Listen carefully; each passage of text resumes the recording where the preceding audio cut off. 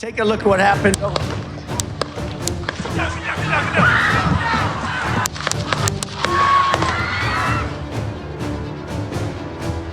पूर्व अमेरिकी राष्ट्रपति डोनाल्ड ट्रंप पर एक जानलेवा हमला हुआ।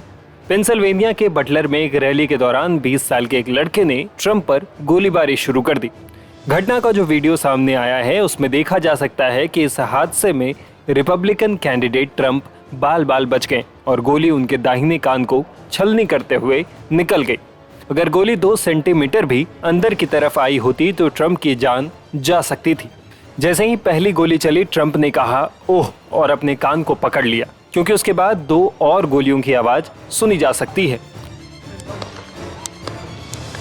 इसके बाद ट्रंप नीचे झुक गए। फिर सीक्रेट सर्विस के एजेंट्स ने घेर कर वहां से उन्हें सुरक्षित बाहर निकाला।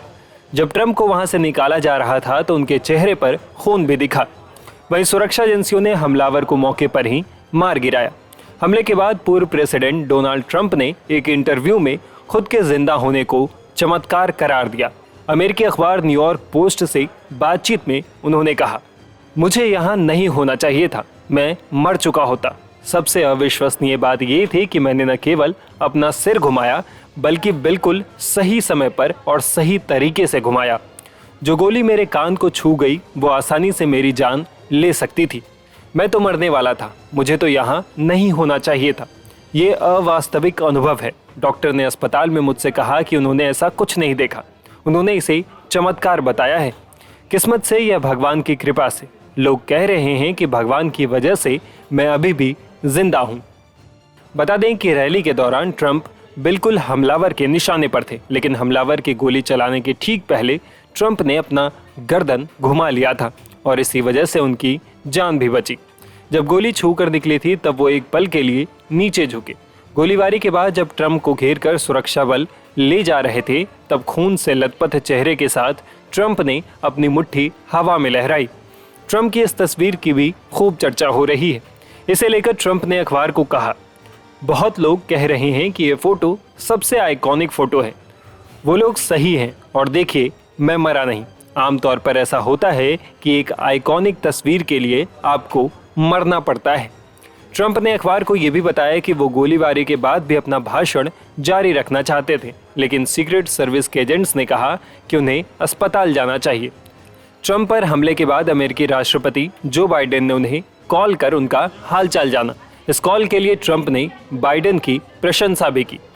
बता दें कि ट्रंप पर हमले के बाद हमलावर की भी पहचान कर ली गई। हमलावर का नाम थॉमस मैथ्यू क्रुक्स है, जो कि पेंसिल्वेनिया के बेथल पार्क का रहने वाला था। जांच एजेंसियों ने डीएनए और फेशियल रिकॉग्निशन तकनीक से हमलावर की पहचान की है। जांचकर्ताओं का मानना है कि हमलावर ने सेमी ऑटोमेटिक राइफल AR-15 से फायरिंग की थी। राइफल हमलावर के पिता की थी। ये 6 महीने पहले ही खरीदी गई थी। हालांकि इन सबके बीच दुनिया की सबसे शक्तिशाली सुरक्षा एजेंसी सीक्रेट सर्विस के सुरक्षा घेरे में ट्रंप पर हमले को लेकर भी सवाल उठ रहे हैं। गौर करने वाली बात यह भी है कि डोनाल्ड ट्रंप रिपब्लिकन पार्टी के प्रेसिडेंट कैंडिडेट होने के साथ साथ अमेरिका के पूर्व राष्ट्रपति भी हैं। पूर्व राष्ट्रपति होने के नाते उनके पास हमेशा सुरक्षा का एक जबरदस्त घेरा होता है। इस घेरे में सीक्रेट सर्विस से कुल 75 लोग होते हैं। सीक्रेट सर्विस के अलावा वो जहां जहां जाते हैं वहां की लोकल पुलिस और FBI की सुरक्षा भी उन्हें हासिल होती है।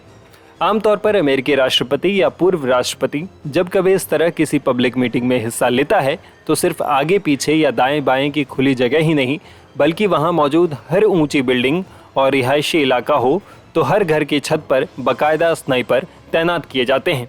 लेकिन हैरत की बात यह है कि ट्रंप जिस मंच से भाषण दे रहे थे उसके ठीक पीछे मौजूद गोदाम की छत पर तो स्नाइपर तैनात थे। यहाँ तक कि मंच की बाईं तरफ बने गोदाम को भी सीक्रेट सर्विस ने सुरक्षा घेरा में ले रखा था। लेकिन मंच की बाईं तरफ 137 मीटर दूर एक फैक्ट्री या उसकी छत पर कोई स्नाइपर तैनात नहीं था।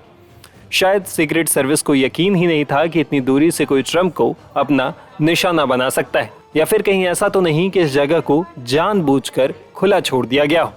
खैर इस सबके बीच सबसे खुशनसीबी की बात यह है कि डोनाल्ड ट्रंप जीवित हैं। हमले के बाद पहली बार सोमवार को ट्रंप एक सार्वजनिक जगह पर भी दिखे।